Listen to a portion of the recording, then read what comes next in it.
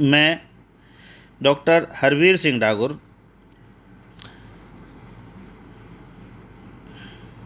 राज्य की दूसरी कड़ी में आज मैं चर्चा करूंगा राज्य के संदर्भ में प्लेटो और अरस्तू के विचार।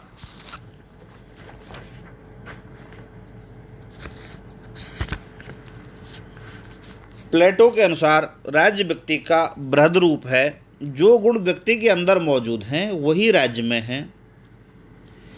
प्लेटो व्यक्ति एवं राज्य के मध्य एक आदर्श साम्य स्थापित करता है। प्लेटो ने स्पष्ट तौर पर रिपब्लिक में कहा, जो गुण व्यक्ति के व्यक्तित्व में भरे हैं वही राज्य में हैं।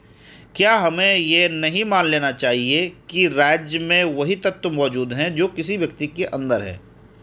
प्लेटो व्यक्ति व राज्य के मध्य समानता स्थापित करते हैं और इसलिए कहता है कि जैसे व्यक्ति के व्यक्तित्व में 3 तत्व हैं, विवेक, शौर्य और लालसा, इसी तरह राज्य में भी 3 वर्ग होते हैं, दार्शनिक, सैनिक और आर्थिक वर्ग।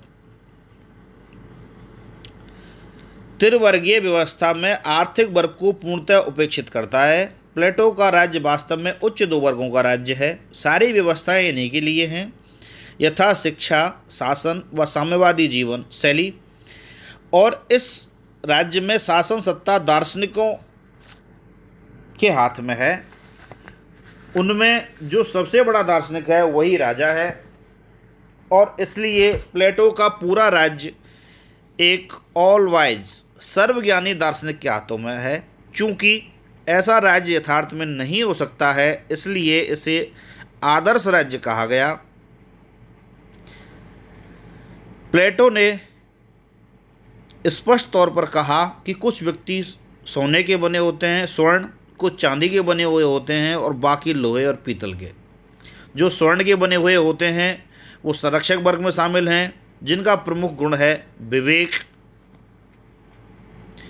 जो चांदी के बने हुए होते हैं उनका प्रमुख गुण है शौर्य और वो संरक्षक वर्ग में शामिल हैं, इन्हें सैनिक भी कहा गया। और बाकी लोग जिनका प्रमुख गुण है लालसा, उन्हें आर्थिक वर्ग में शामिल किया गया। आदर्श राज्य परिपूर्ण राज्य होता है जिसमें कोई भी त्रुटि नहीं होती, उसके लिए उसके बनाने वाले या रचयिता की दृष्टि में। इसी का नाम राजनीतिक चिंतन में आदर्शवादी परंपरा है, जो एक उच्च आदर्श को लेकर चलते हैं और इनके संपूर्ण चिंतन का लक्ष्य उसे प्राप्त करना होता है। प्लेटो की 2 प्रमुख पुस्तक थी, रिपब्लिक और लॉज। प्लेटो अपने अंतिम सालों में लॉज में लिखते हैं कि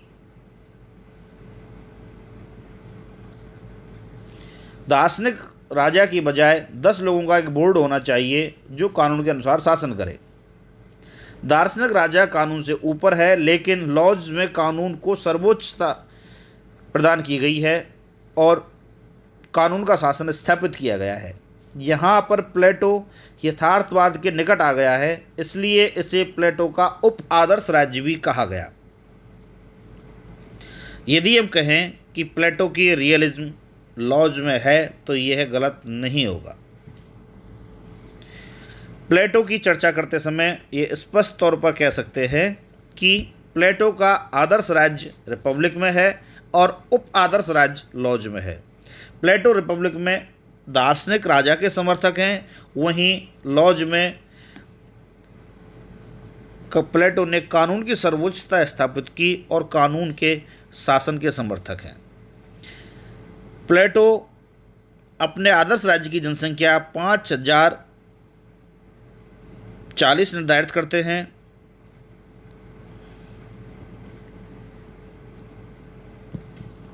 अरस्तु की प्रसिद्ध पुस्तक पॉलिटिक्स है।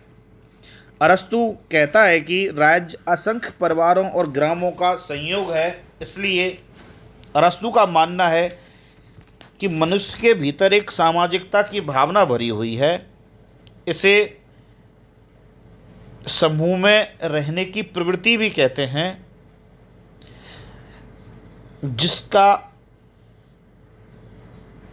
या जिसे अंग्रेजी में ग्रेगरियस इंस्टेंट कहा गया।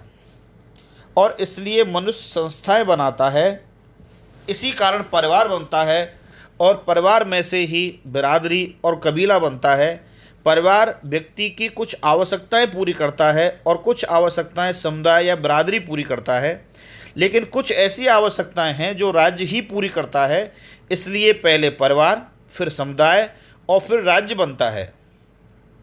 इसलिए राज्य एक प्राकृतिक संस्था है।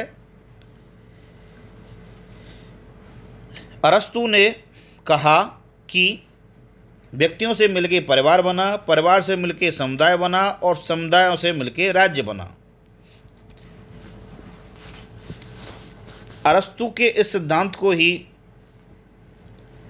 टेलियोलॉजिकल थ्योरी ऑफ स्टेट या राज्य का कारणात्मक सिद्धांत भी कहा गया। कारणात्मक आवश्यकताएं पूरी करने वाला राज्य। मनुष्य अपने स्वभाव और आवश्यकताओं से राजनीतिक प्राणी है, ऐसा अरस्तु का मानना है। मनुष्य के भीतर सामूहिकता की भावना भरी हुई है, ऐसा अरस्तु का मानना है। राज्य सर्वोच्च संस्था है जो मनुष्य को अच्छा जीवन, गुड लाइफ सुनिश्चित करती है। इसलिए राज्य का उद्देश्य नैतिक है और राज्य एक नैतिक संस्था है। इस नाते प्लेटो की तरह अरस्तु भी आदर्शवादी विचारक हो जाता है। वह राज्य को गुण में सहभागिता मानता है, रिलेशनशिप इन वर्च्यू। अरस्तु के अनुसार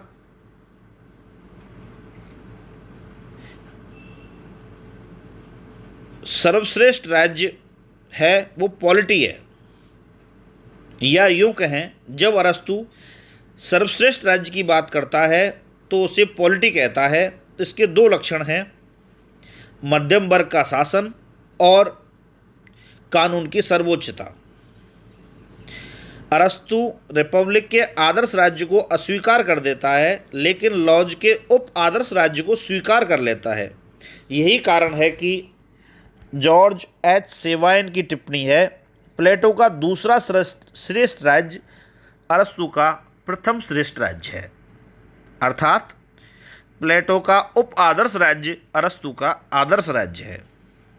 अरस्तु में आदर्शवाद व यथार्थवाद का मिश्रण मौजूद है।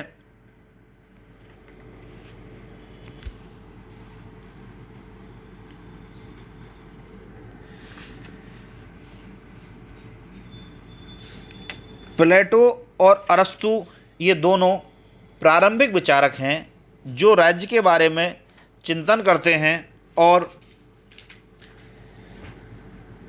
एक निश्चित परिभाषा पेश करते हैं, लेकिन दोनों ही व्यक्ति को महत्वपूर्ण स्थान देते हैं और ये मानते हैं कि राज्य व्यक्ति की आवश्यकताओं की पूर्ति के लिए बना है और राज्य का उद्देश्य है व्यक्ति को अच्छी लाइफ या शानदार जीवन प्रदान करना।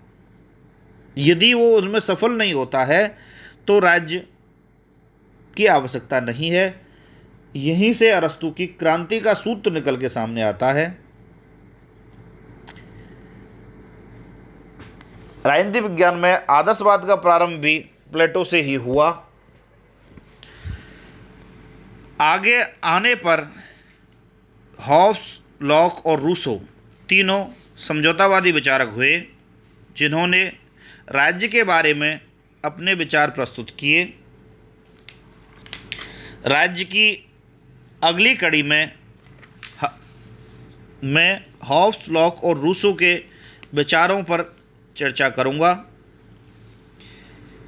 यहाँ निष्कर्ष के रूप में ये कहना ठीक होगा कि राज्य की वर्तमान